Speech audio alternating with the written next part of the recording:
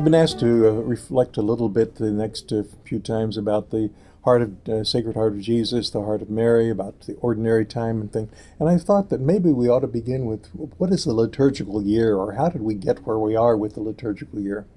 First of all, in primitive times, the greatest mystery that was celebrated was the resurrection of Christ. And of course, that was Sunday, was the day of the resurrection. And eventually they decided, well, we'll have a special feast celebrating Easter. And the first part of the liturgical year that developed was have something on the exact date that it actually occurred. Remember that. So since Passover was already celebrated on the 14th of the Jewish month of Nisan, or Nisan, it was easy to find out when Good Friday and Easter Sunday would be. Only problem is, a little bit later in church history, some of the Eastern Church, or part of the Eastern Church, says, well, we're going to celebrate on the exact date, the 14th of Nisan, regardless of whether it comes on a Friday or a Tuesday or when, that we'll celebrate Easter then. And the Western Church says, no, we'll celebrate Easter on the first Sunday after the 14th of Nisan.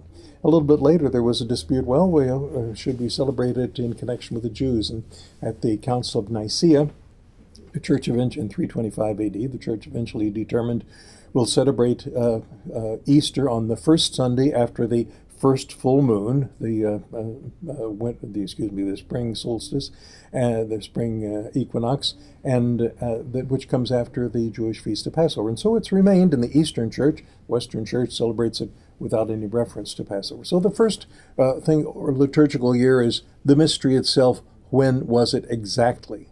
And the next part of the church year that developed was celebrating days of important people.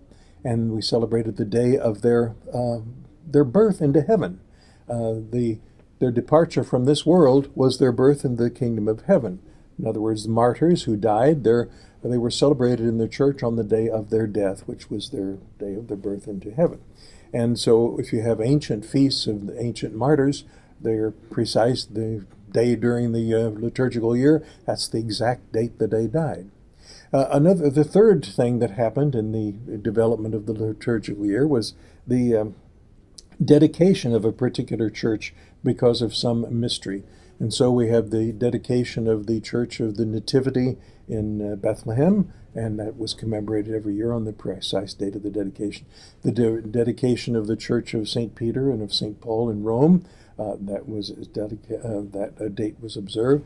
Dedication of other churches. And so we have those particular dates in our church year. After this, of course, we had the development of the church that spreading throughout the world that kind of wanted to supplant different civil celebrations and pagan celebrations. Some people think that the date for Christmas was chosen because it replaced the pagan feast of the sun god. I don't happen to think that, but at least that is a possibility. And then finally, at the tail end, putting all this together, there were other factors. For example, the church came along, celebrated different mysteries and different other celebrations, and having no place to put them in the calendar, just to tack them on. So we have the development of the celebration of the Sacred Heart of Jesus, the Heart of Mary, and of course, most recently, we have the Divine Mercy Sunday, which was tacked on to the Sunday after Easter. Well, putting all this together, we had all those different things that make up our liturgical year. And then it was divided, of course, into the time that we celebrate Sundays and the time we celebrate the weekdays. The time when we celebrated nothing, or just ordinary, just the usual time of the year, outside of Christmas time, outside of Advent, outside of Lent, outside of Easter, we just called ordinary time. Now in Latin, the word is de tempore, of the season, the seasonal time. And the seasonal time in English, of course, we use ordinary time, not because it's ordinary, but just because there's no other special celebration there. We have ordinary time coming after the completion of the Christmas mysteries, after Epiphany and after those celebrations. We have a few Sundays of ordinary time. Then we stop ordinary time when we begin Lent, Easter, and we don't continue with ordinary time until after Pentecost, Trinity Sunday, Corpus Christi, Body of Christ, and then we resume ordinary time again. Ordinary time is distinguished by, we use green vestments. Green is the color of life and the color of hope. And the whole mystery that we celebrate during ordinary time is let's realize, who are we as living Christians? How do we grow as members of the body of Christ?